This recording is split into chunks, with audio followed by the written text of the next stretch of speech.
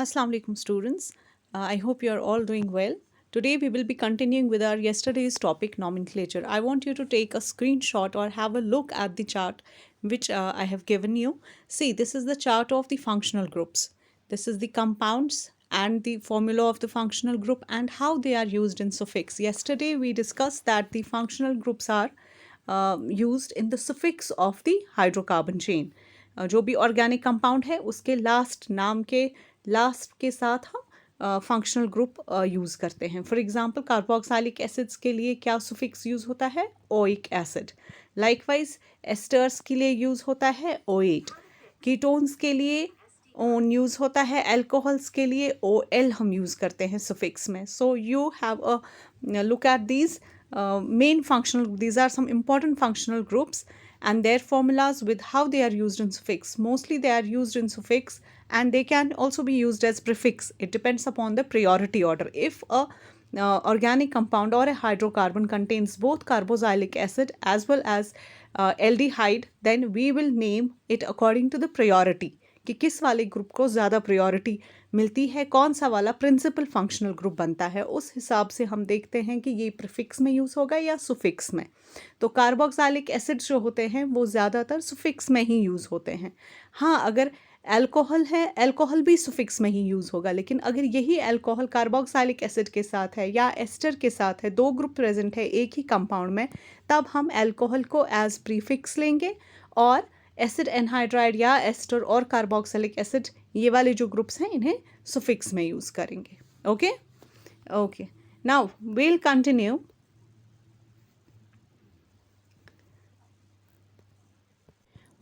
We'll continue here with few examples, right?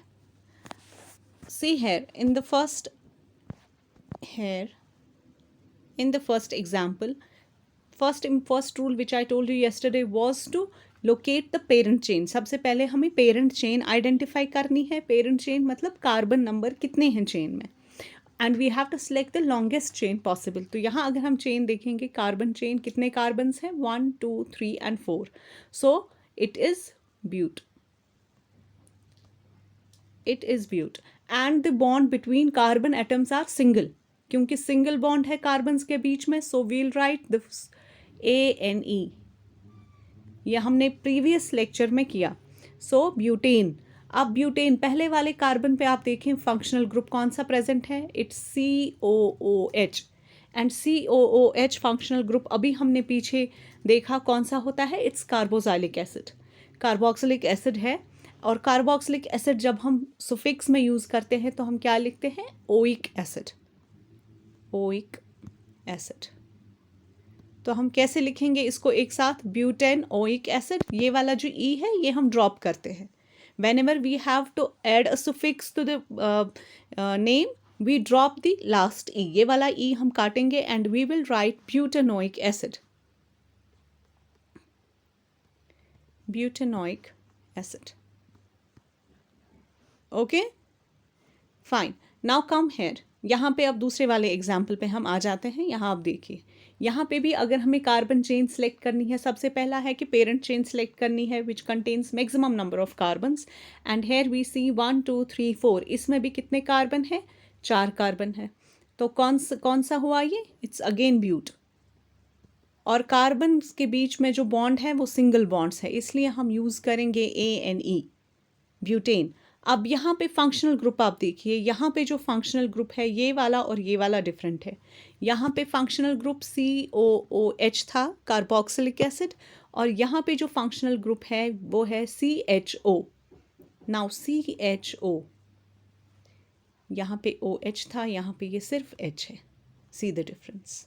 So the functional group in the second one is this. Here is the functional group. This functional group CHO functional group अगर है तो इसको हम क्या कहते हैं? they are called as aldehydes. तो इसमें aldehyde functional group present है. तो हम क्या नाम लिखेंगे इसका? butane. और aldehyde के लिए हम कौन सा suffix यूज़ करते हैं? AL. तो हम इस वाले E को हटाएंगे और इसको इसके साथ जोड़ेंगे और ये बनेगा butanol. So butanoic acid and this is butanol. Okay, come to the third example here. यहाँ पे आप देखिए सेम कार्बन 4 हैं, तो फिर कौन सा पेरेंट चेन क्या नाम लेंगे, वर्ड रूट क्या होगा, ब्यूट, 4 कार्बन के लिए। और यहाँ पे भी कार्बन, 2 कार्बन्स के बीच, यहाँ आप देखिए कार्बन्स के बीच जो बॉन्ड है वो सिंगल है, इसलिए हम क्या लिखेंगे, ANE, क्योंकि सिंगल बॉन्ड है। अब यहाँ फंक्शनल ग्रुप आप देख सकते हैं कहाँ पे है, it's here, C double bond O, यहाँ पे ये वाला फंक्शनल ग्रुप है। और इस वाले फंक्शनल ग्रुप को हम कहते हैं कीटोन, दे आर कीटोन्स। और आप ये बात याद रखेंगे कि कीटोन्स का फंक्शनल ग्रुप हमेशा कहाँ पे प्रेजेंट होता है, it's always present in the middle of carbon chain. यहाँ पे हमने देखा ये वाला कहाँ पे प्रेजेंट था, एंड पे, सेंटर में भी हो सकता है, लेकिन अगर कीटोन कार्बन फंक्शनल ग्रुप है तो वो हमेशा मिडल ऑफ कार्बन चेन में प्रेजेंट होता है, right. Now this is the functional group, 4 carbon वाला है, ब्यूट, सिंगल बॉन्ड है इसलिए ANE, और क्योंकि कीटोन ग्रुप है इसलिए हम सुफिक्स यूज करेंगे ONE, इसको ओन पढ़ते हैं, fine. So we'll cut this E and we'll write it as BUTANONE, butanone. या तो फिर हम इसको ऐसे भी लिख सकते हैं, butane, just a minute, we can write it also as, we'll number the carbon chain 1 2 3 4। किस वाले कार्बन पे फंक्शनल ग्रुप है, 2, so we'll write but 2-on, which means कि सेकेंड वाले कार्बन पे हमारा फंक्शनल ग्रुप इसमें प्रेजेंट है, fine, okay. So this is how we name the carbon compound और a hydrocarbon on base which is linked with a functional group. और functional group हमने कल बोला क्या होता है, वो वाला ग्रुप जो कि एक कंपाउंड के नेचर को और उसकी केमिकल प्रॉपर्टीज़ को अपने हिसाब से बना लेता है। Functional group imparts the nature and properties to the compound with which it's linked. Okay, now come here, will do one more example.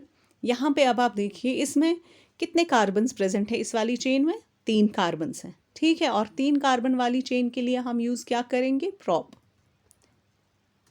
Okay, now is there any double bond present, yes, यहाँ पे carbons के बीच में double bond है, और जहाँ पे double bond हो वो क्या होता है, that's alkene.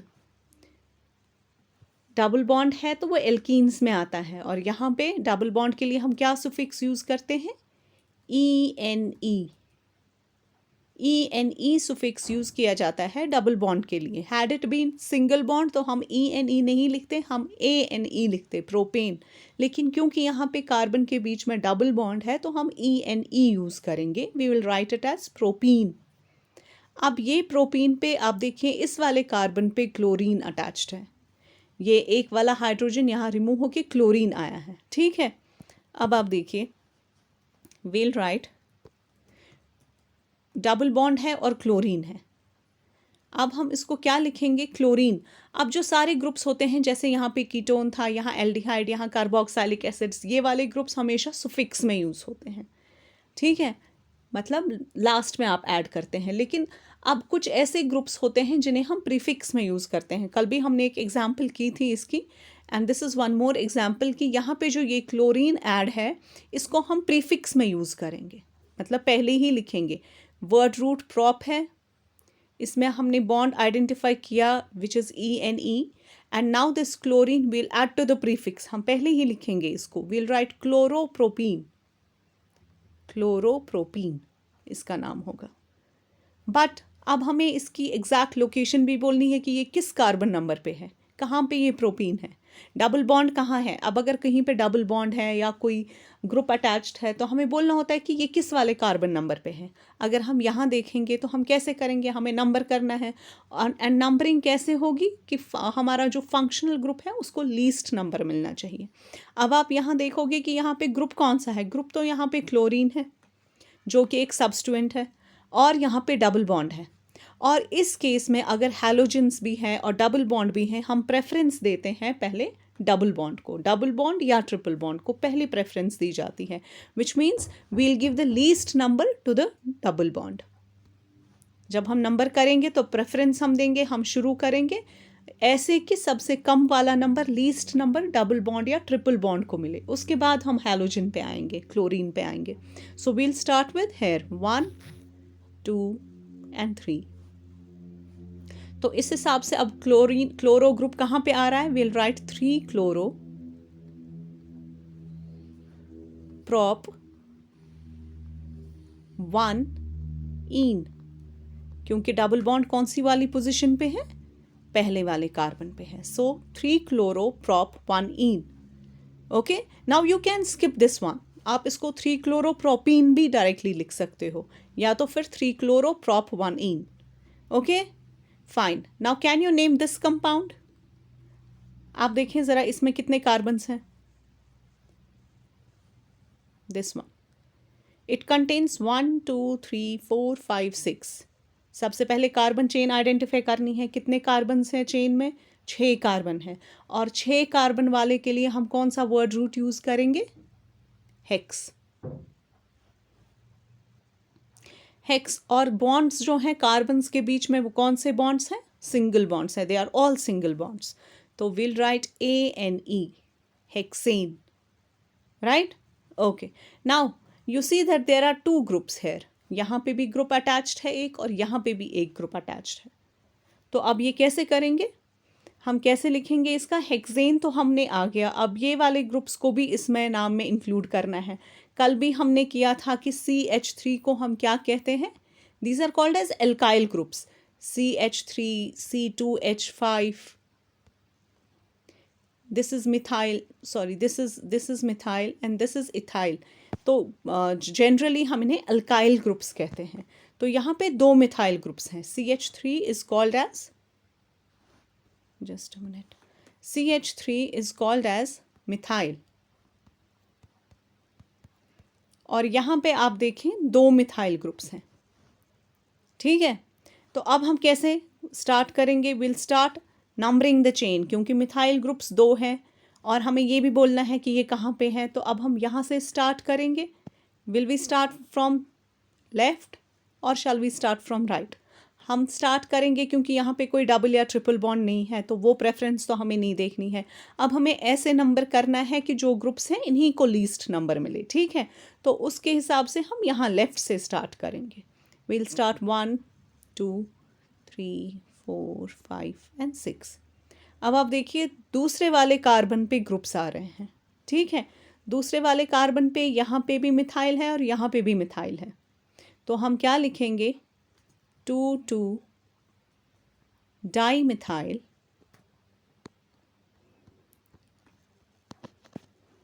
Are you getting it? 2 क्योंकि दोनों ग्रुप्स किस वाले कार्बन पे है? सेकेंड कार्बन पे है। So we write it as 2 dimethyl hexane, 2 dimethyl hexane। Fine? Okay. You can practice few more examples.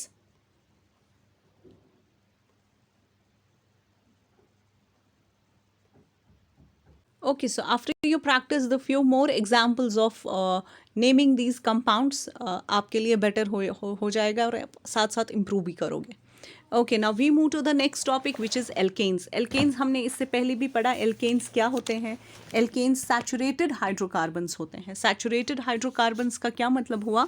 Saturated hydrocarbons माने कि उनमें सिर्फ सिंगल बॉन्ड्स प्रेजेंट होते हैं। The carbon bonds are all single. इसके अलावा हमने कल का पढ़ा था कि एल्केन्स के जो जनरल फॉर्मूला जो इनकी है that is CnH2n+2 and that they are not that much reactive. उनकी रिएक्टिविटी कम होती है क्योंकि पाई बॉन्ड नहीं होता, डबल बॉन्ड नहीं होता है, ठीक है? तो एल्केन्स की थोड़ी सी फिजिकल प्रॉपर्टीज़ मैं आपको बता देती हूँ कि एल्केन्स का जो मेल्टिंग पॉइंट होता है और बॉइलिंग पॉइंट होता है that is low, and they are not soluble in water, but yes they are soluble in solvents like benzene, alcohols। जो नॉन पोलर सॉल्वेंट्स होते हैं उनमें एल्केन्स जो होते हैं वो soluble होते हैं। अच्छा जी, जो लोअर एल्केन्स होते हैं C1 to C4, ये जो है ये सारे गैसेस होते हैं। I don't know whether it's mentioned here in the notes.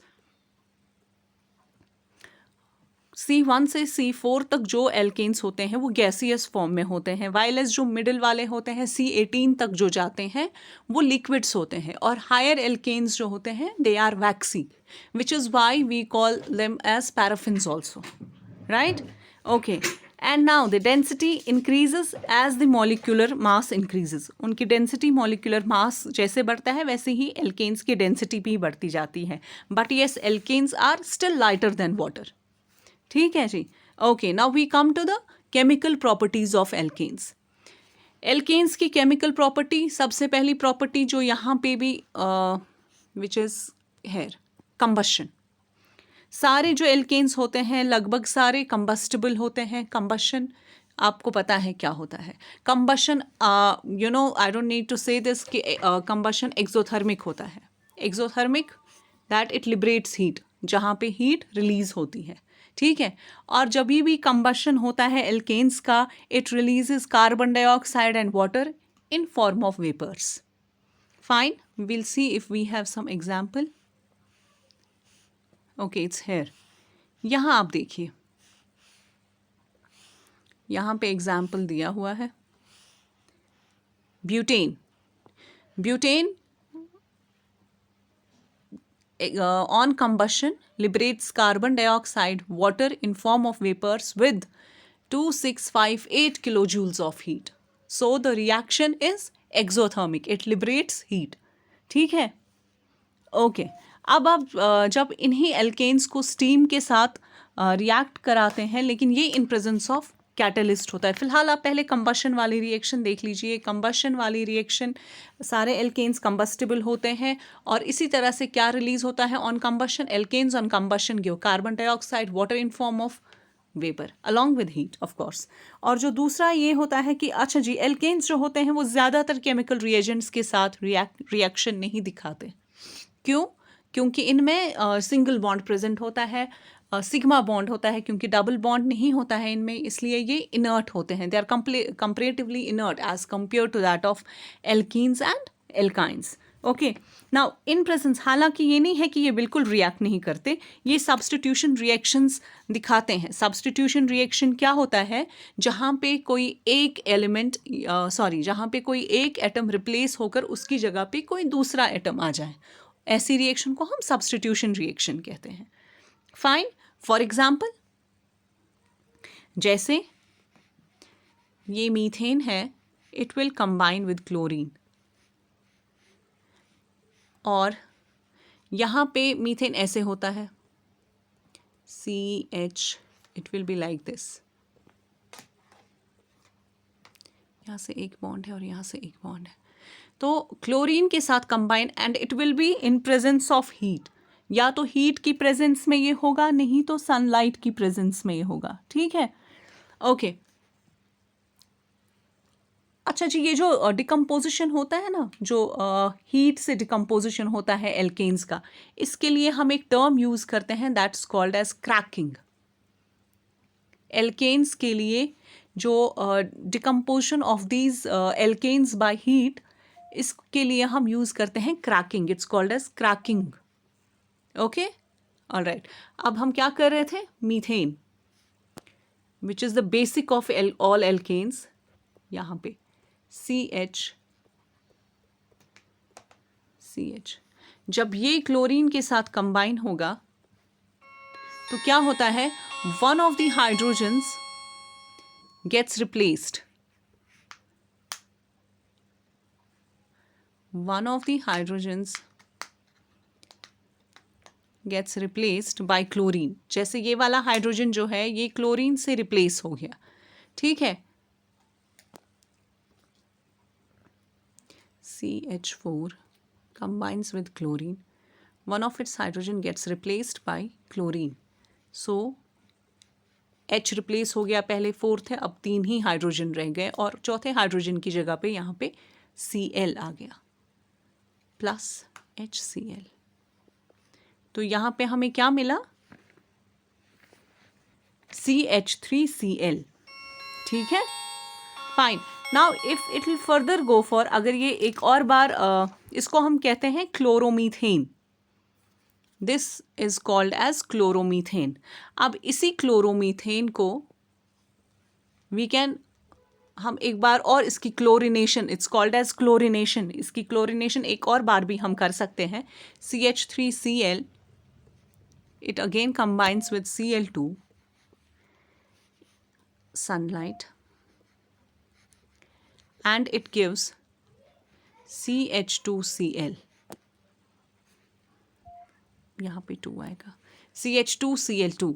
और यही CH2Cl2 which is डाइक्लोरोमीथेन, यही एक और क्लोरीन के साथ कंबाइन होने पे क्या देगा? It will form CHCl3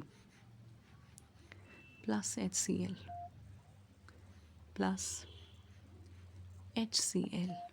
so this CHCl3, इसको हम ट्राइक्लोरोमीथेन कहते हैं और इसको कॉमनली हम क्या बुलाते हैं? क्लोरोफॉर्म.